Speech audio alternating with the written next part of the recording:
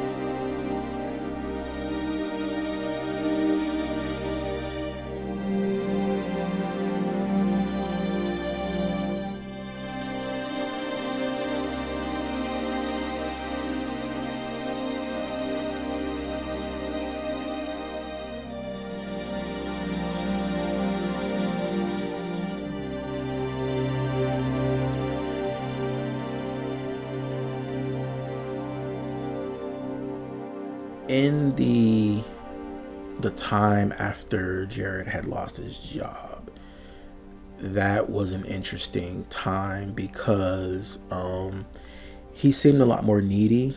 He was definitely more like revealing during that time. He wanted to spend more time, like, since he wasn't doing much, he would, you know, call me, and whatever I was doing, he would just come join me with it. You know, even if I was like going to the movies, going to the Dollar Theater that day to see a movie at the Dollar Theater. Y'all remember the Dollar Theater? I missed the Dollar Theater. And so we actually got closer during this time. I was trying to be a support for him because, you know, I had never been through what he was going through. And so I was just trying to, I think, just be as good of a friend as I understood myself to be able to be to somebody. And, you know, talk with him when he felt like talking, and, you know, spending time with him when he, you know, expressed that he wanted to spend time. And we learned a lot more about each other during that time, you know, for like the next year and a half. And all the while, we're still trying to move this project forward. We're still filming and everything, you know.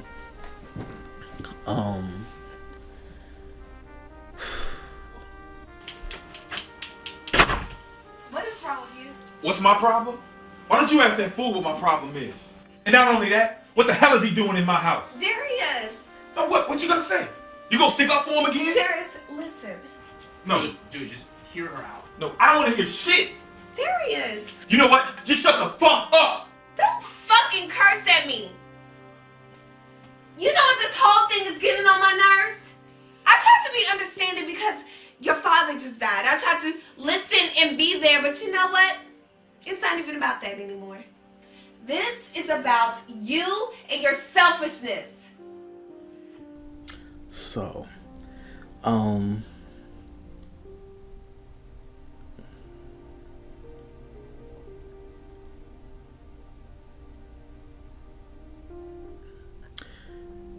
I started seeing some interesting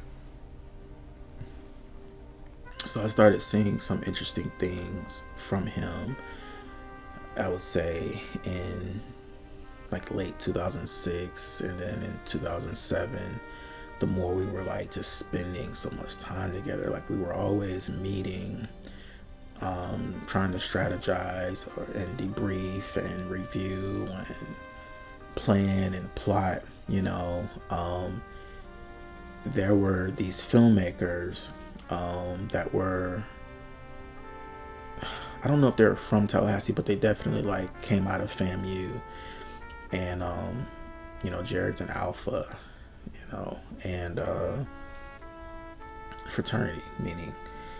And these guys, we call them the Rainforest guys, but they were Rob Hardy and Will Packer, which they're famous now. And they had some success with some independent black films, and they were frat brothers of Jared. And so they were like one of the first people that were a little ahead of us that Jared strategically was like, yo, I can probably get us in touch with them, maybe they can do something for us, blah blah blah. And so we kind of spent some time via Jared chasing them. I never felt like they were a fit for the type of products that I wanted to make. I was starting to like shape myself and find my identity as an art house filmmaker. And not to say that their work, these guys' work, wasn't art house. I think they can be considered art house for sure. But I think I just started to see that my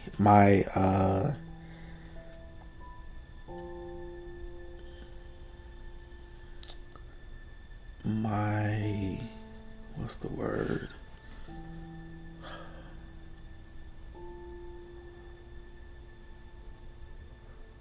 Just my palette was very different than Jared's.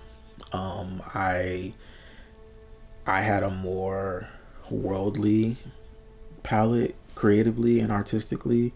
I had been exposed to so much. I mean, I was an honors and AP student in school, and in college I was being exposed to global literature, and I had studied, not just black films, but I'd studied films of all types, in global cinema, So my references were way different from Jared's, and I felt like Jared was just working within the HBCU black like dichotomy, and worldview. And I felt like mine was much broader. So that was like an area of conflict, but not contentious. It was just like one of those like quiet differences I was starting to notice between me and him, and the people that he wanted to try to like have us spend time like chasing down, whereas I had like a different strategy, right? And I was the one really to set the direction of what we were doing business wise, with some pushback at times from him, but he had to remember that ultimately this is my project that we're trying to sell, so we got to kind of consider what I want to do with it. But for the most part, we tried to be on the same page with that stuff, and I was always at least open to entertain whatever he wanted, until it just got to a point where he was just completely off base, and I was like, yo, that's not where we're trying to go, But for the most part, especially in those early years, I was at least down to entertain it, and we did get to those guys, and I think I met those guys on 2 different occasions through him, and met lots of people through him because he knew so many people. He had so many friends and contacts from FAMU, and he liked to network. He was a salesman by career. At that time he had been a pharmaceutical salesman, but he had gotten fired, and he was a salesman for sure, personality wise. And I thought that was a really effective trait of his, until I started to realize you were doing the salesman thing with me too, but I wasn't totally there yet, but it was starting to creep in my observation of him and in our experiences. So anyway, so we were doing that, and wherever we could, get a meeting with a connect of his or mine, we would, and we would try to, entertain it and try to get something going. And while doing that, we are, we're learning more about each other as people, learning more about each other's personal lives. And he told me a lot about his family background, his parents' marriage, his sister, his brother. His brother was actually incarcerated at the time in those years, and I even got a chance to meet, like his mom and his sister when they came into Tallahassee one time, and came to a rehearsal of ours, and I met them. But I was starting to notice that Jared was starting to show some signs of like lack of consistency, both on the business side and then also on the personal side. For example, one time after rehearsal, we had rehearsals, went late one night, and then when we wrapped, and we were all together at this warehouse, we had rehearsals in a building in Tallahassee, and we would like rent time there, or I would rent time there, and this particular night, I wrapped rehearsals, sent everybody home. I had to take one of the actresses home, drive her home, which I did stuff like that. At that time, I was, yeah.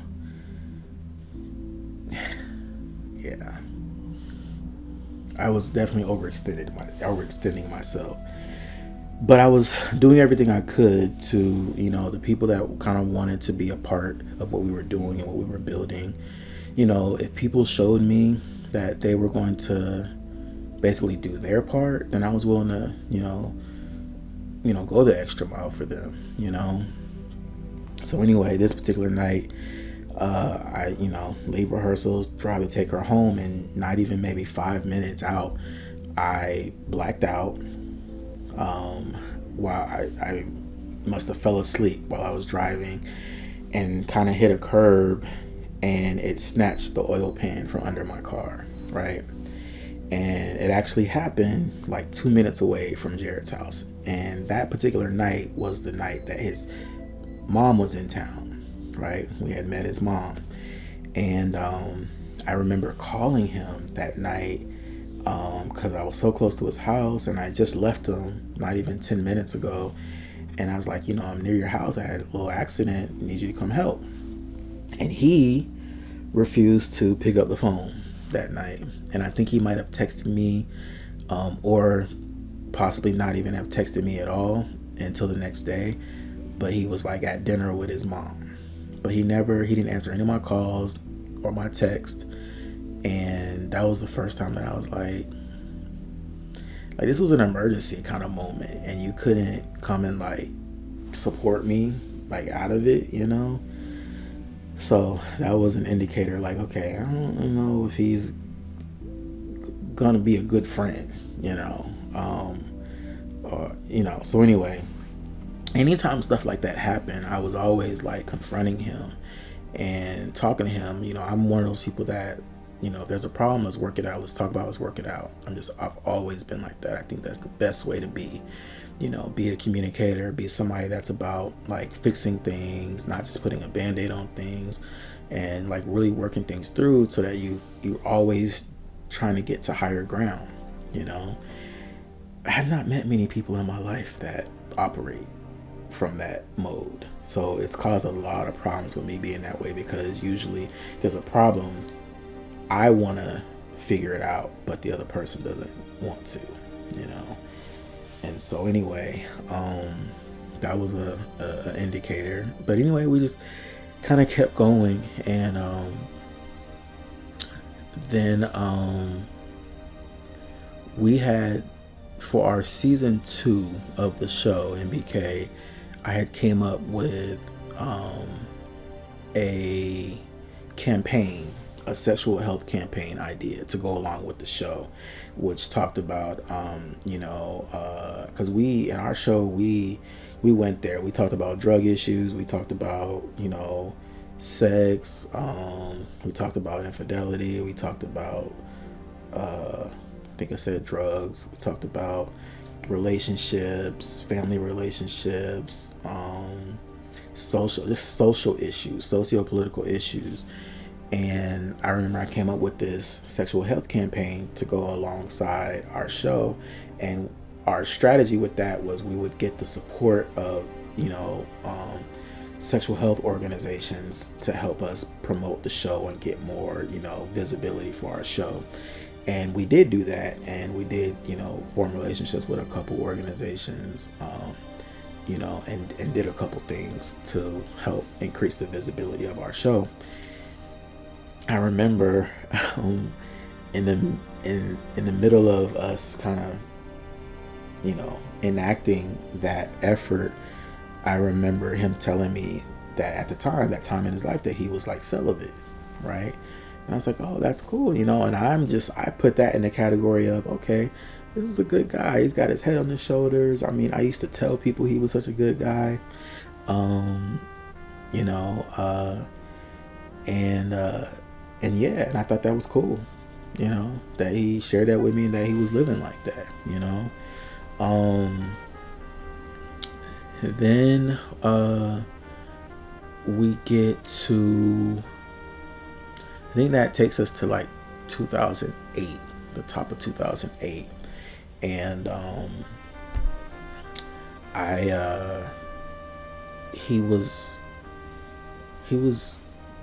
he had some stuff to do. He would still go out of town for different things. He was really trying to like get some like actor and model opportunities going, right?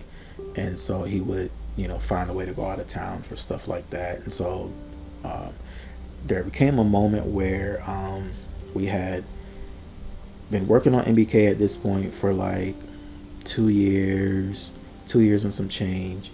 And I also was able to do a few other things. And I wanted to say something before that I left out when I talked about me investing in the projects myself. Jared, earlier on after Keisha moved, we had shot the pilot of MBK with a friend of Keisha's, a film school friend of hers, and he had a camera, a Sony Z1U actually, and we shot the pilot on that, right? And I loved the look of it, right? And then when we started shooting like the official first season, but it was after Keisha and that friend moved out of Tallahassee, then we had to figure out what we were going to do camera wise. And we ended up, Jared, he had bought a camera, one that I think we picked out together. He had bought it, it wasn't too expensive, and we tried filming on that camera, but it wasn't, we realized, I didn't know much about cameras at the time, and so we ended up realizing it was the wrong camera. It was nothing close to what we were previously filming on. And so then we were like trying to figure out like, how do we get the same camera that we started on, that the guy had that shot our show, which his name was Demetrius, ran, and he's still a friend of mine, very talented guy. So we figured out what the camera was and what the specs needed to be, and Jared volunteered to buy that other camera that we thought was the accurate camera. And I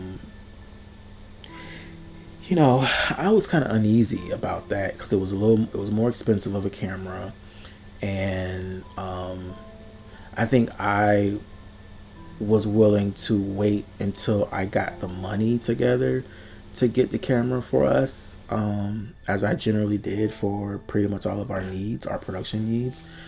But he felt like he didn't want to stop production. He didn't want to stop filming in order to wait for that. And he felt like, well, let me just get it. I'll put it on my credit card.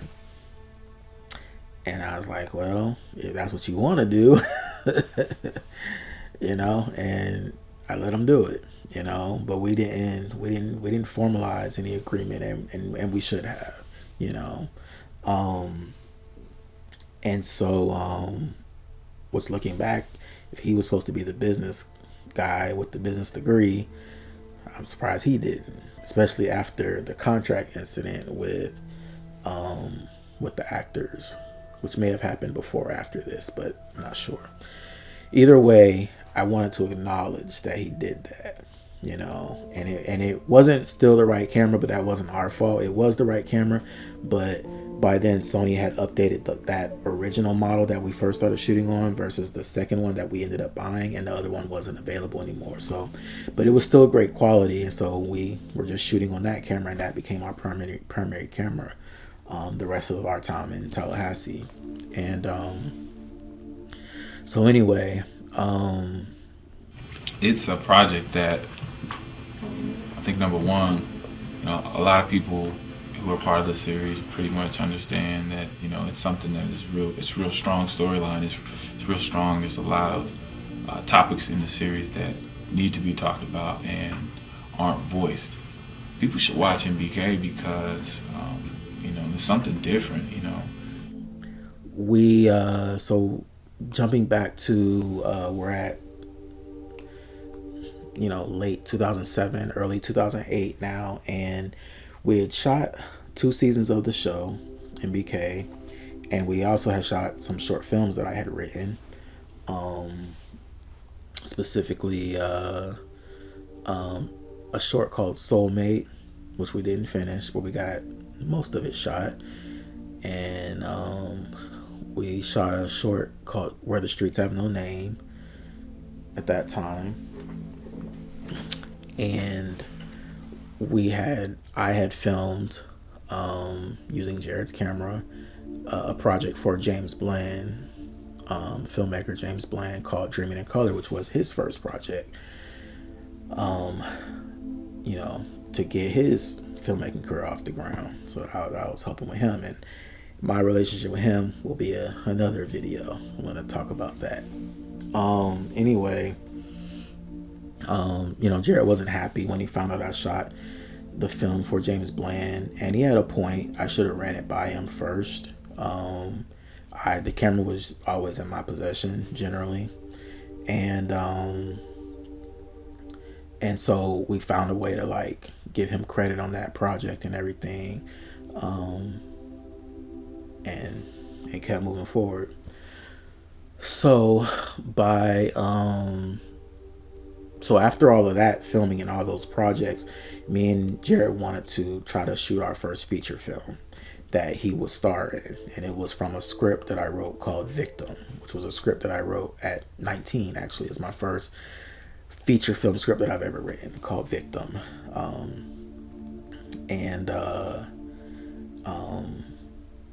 And the title has been since updated to be The Execution of Nigel Harris. But anyway, we started trying to shoot our own feature film. This is late 2007, early 2008. So we start, trying to pull that project together, casting it, trying to pull like a new crew in to help us, new people to help us, new actors that we weren't already working with, like older actors and whatnot. It was a very serious story about a man who was possibly wrongly accused of a sexual crime and in prison, and then it was about his life after, when he gets out of prison, and Jared was playing the main character. So we started working on that and start casting it. Just prior to us starting to cast that project is one particular day where I started to say this story before, but he would go out of town. Jared would go out of town and for different things. And so he had a trip planned out of town, and he had some of my tapes, because back then we were filming on this camera, and so you had these tapes that were called mini DV tapes, and they were about this small. And he had some of mine in possession, and I needed them to edit, right? And we had agreed, hey, don't go out of town before I can come and pick up those tapes, because while you're gone for a couple days or whatever, I want to still be able to edit, while you're gone. And so he was like, cool. And so on the day that he was due to go out of town, I remember waking up and I was like, okay, hey, I'm going to come over. Tell me what time I can come over and pick up those tapes. And I remember, I think he had said that I could come over, but he didn't say what time. And then when I was trying to figure out what time can I come and, don't leave without me coming to get them, he wasn't responding anymore, right? And so I was like kind of starting to panic, and I was like, yo, I need to get these tapes from you, right? And so he had a rule.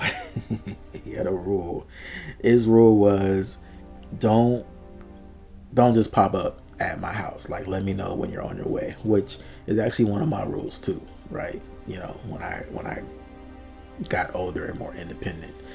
So that was cool, but I was trying to reach him and he wasn't responding. And I was thinking that, because there were times, with me and his relationship and our communication, like, he was definitely the kind of person that he was going to respond when he felt like it.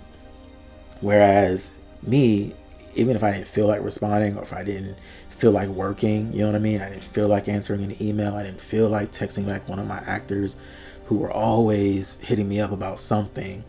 I did it because I felt like that was my responsibility and my role. And he didn't move like that. He did things when he felt like it, and which is kind of good in a way, because it's you controlling your work-life balance, your life balance, which is a lesson that I didn't learn for some years, right? And so on the one hand, I get it, I understand, but on the other hand, if we have a pre-agreement about how we're going to do something, then I'm expecting that still to go the way we've agreed, and if I need something from you, especially if we've pre-agreed on it, then be sensitive to that, like honor that. And he really wasn't that way. He kind of got around to things when he got around to it. And it was with our communication, that was definitely one of the areas where I saw that the reciprocity wasn't there. And even when like I mentioned before about how we started spending time together after he lost his job, and I was trying to like be there for him, but it really was, like I would check on him, and he would, always tell me that how he wants somebody to like check on him and make sure he's okay and make him feel like he's being considered and supported. But he was very hot and cold with that. There are times where I checked on him where he actually like appreciated the check-in, and then there were times where I would check in and it just felt like, like why are you bugging me? Like why are you bugging me? Like I don't want to talk, I don't want to, And so he was kind of hot and cold with that. And again, he was hot and cold with, he would respond. He would sometimes choose not to respond even in inopportune moments, And I just started to see that as like a lack of respect, a lack of consistency, and a lack of honorability. I didn't think that was honorable. Like, I don't think an honorable person does that. I was starting to see that he was somebody that was selfish, and that he put his needs above even the urgency of business, of what we were doing. You know what I mean? If there was a business concern, like, and there was an urgency, like if he chose not to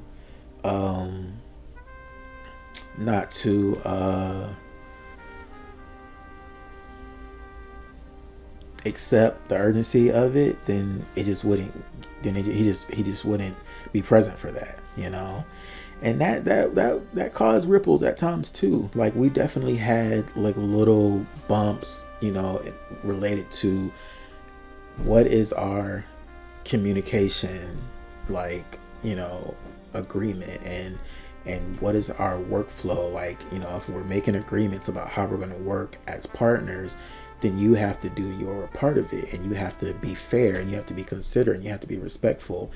And you can't just want that from me and then you're not giving it back. You know what I mean? And when you think something's urgent, you want me to give you what you need. If you need a press kit from me, if you need me to send you something or something you need, I'm always doing that even when it's an inconvenience for me, but you don't let me do that to you, So I was definitely seeing those things during that time for sure. And so anyway, we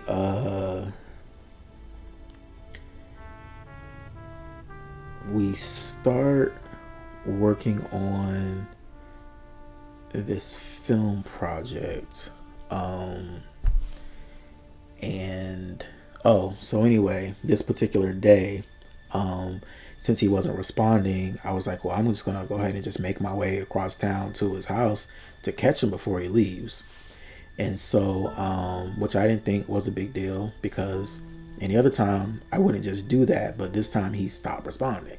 Like, I think he had told me that morning that he was like in the shower, and then after that he stopped responding. And then I was like, well, I hope he wouldn't be like rude enough to go from tell me he's in the shower and then like get on the road when he knows I'm trying to come over and pick up these tapes from his house.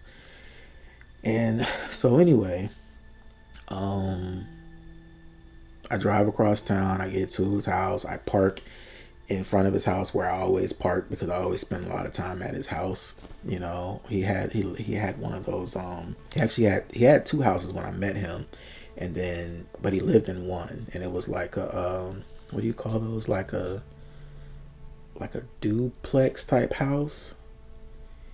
And then he had another property that he like rented out that was like a full like standalone house. Anyway, I pull up to his house. I park in the street, in front of his house like I always did. And I go knock on the door, and I think I saw that his car was still there, right? And so the door opens, and a girl opens the door in a towel. And so I'm a little shocked, because I'm like, who are you?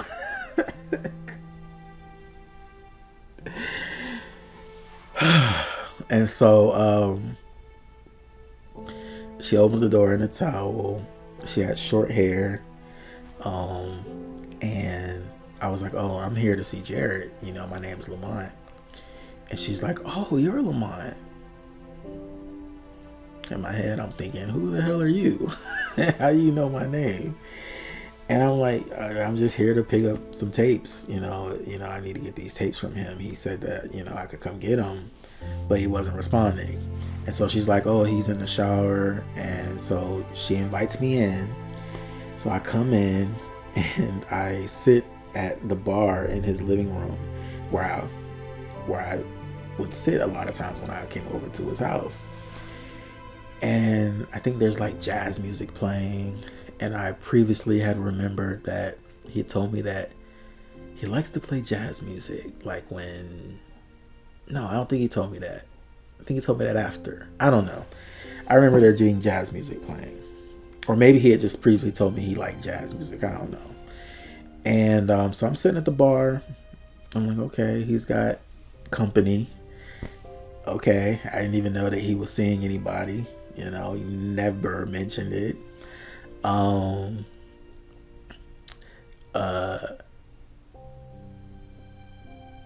knew that. Yeah, he never mentioned it. He never mentioned that he was seeing anybody the whole time I had known him up to that point. So she goes in his bedroom, and then I'm waiting, and then I'm expecting him to come out and give me these tapes. So she comes back out. She brings me the bag of tapes. It's like a Ziploc bag with my tapes inside. And I'm like, okay. And I'm thinking in my head, like, he ain't even gonna come out and say anything. And I was like, all right, well, it's like, okay, thank you. And I get up and I leave. She's like, it's nice meeting you, blah, blah, blah. Nice meeting you too, whoever you are. And so I get in my car, and remember pulling off just having like a funny feeling in my stomach, right? So I leave and I go on about my business. And he ends up going out of town, and I don't see him until he gets back. So, he gets back, and we're just continuing on with whatever we were doing, which was like filming and all that stuff. And then we're trying to prepare this particular feature film project and everything. So then, and this is like early 2008 when that incident happened at the door. So then we start auditioning for the project, and we're pulling together actors. We hold auditions probably at the Wingate Hotel in Tallahassee. I don't know if it's still there. This is 20 years ago. Like 17 years ago, however.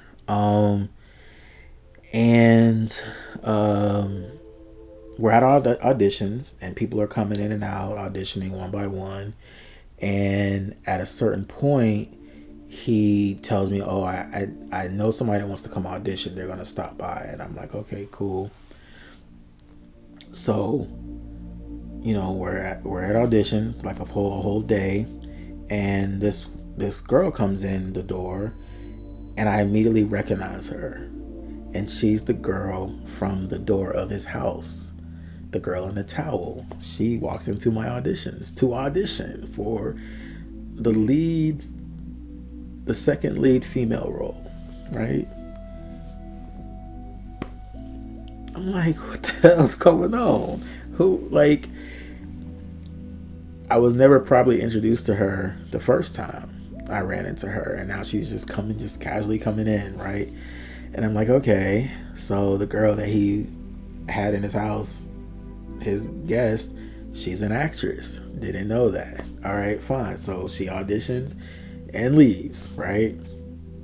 So then I remember after the audition, me and him wrap the auditions, and then we go get something to eat at Macaroni Grill in Tallahassee, right?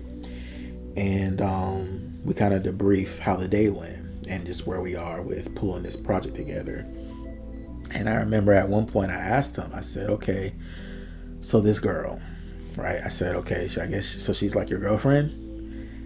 And he says to me, "Unofficially." That's what he said, "unofficially."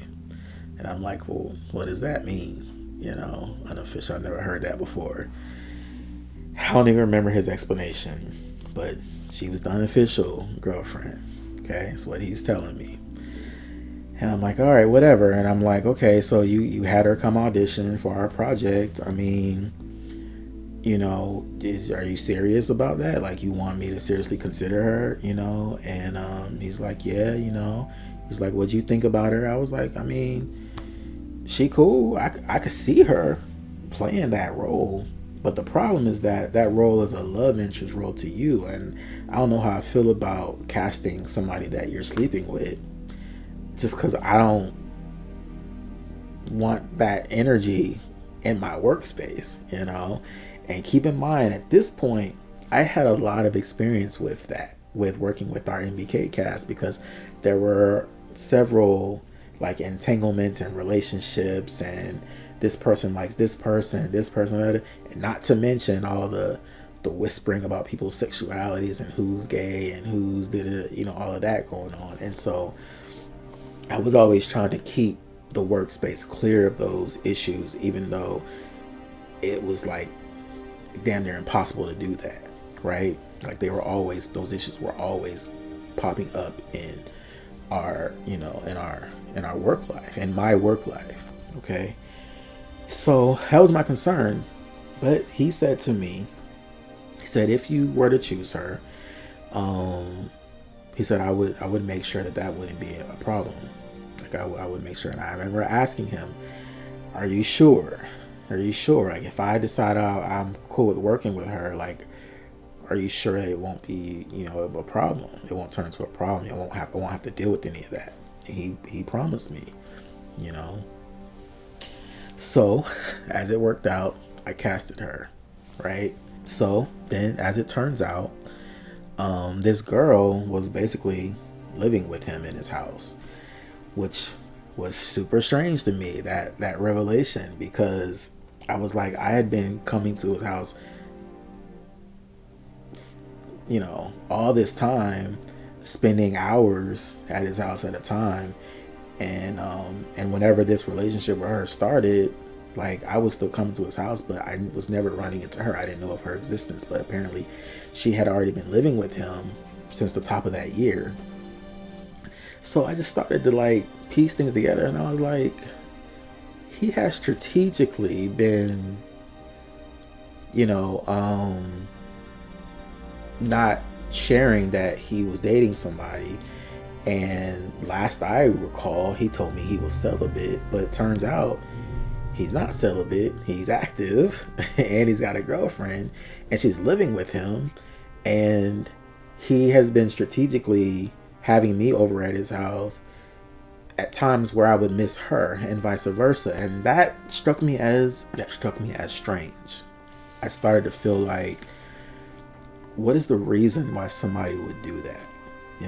If you are, a bachelor and you're living your bachelor lifestyle, who cares if your friends or the people in your life know you're dealing with somebody? Who cares if, you have a girlfriend? Who cares if, who cares about that? But the fact that you are, how do you have somebody living in your house with you, and you have your business partner over at your house very often, weekly, and that never comes up, that you have this whole other active part of your life in this space. I just thought that was strange, especially because he was the kind of person to always ask me about my life, and wanting to know about my life, and want to know about what I was up to, and what's going on with the people around us, the actors, and what's going on in my background and all that. He always wanted to know that. And that was another thing that I noticed about him, was he asked a lot about me. And at the time, because I'm just like an honest person, I'm not having an issue with sharing, because I'm thinking I'm sharing with somebody that I trust, that I consider a friend, and I'm also thinking he's going to do the same thing. Should I, be curious about something with him? But what I started to see in him is that, once again, there was a discrepancy between how he was handling me versus how he wanted to be handled, and he wasn't giving the same thing that he was asking from other people like me. So the situation with this girl at the door, and then her being the actress at the rehearsals, and then that whole thing, I was just like, yeah, he's got a deep well, and I think I'm starting to get to the depth of what's really here with this guy.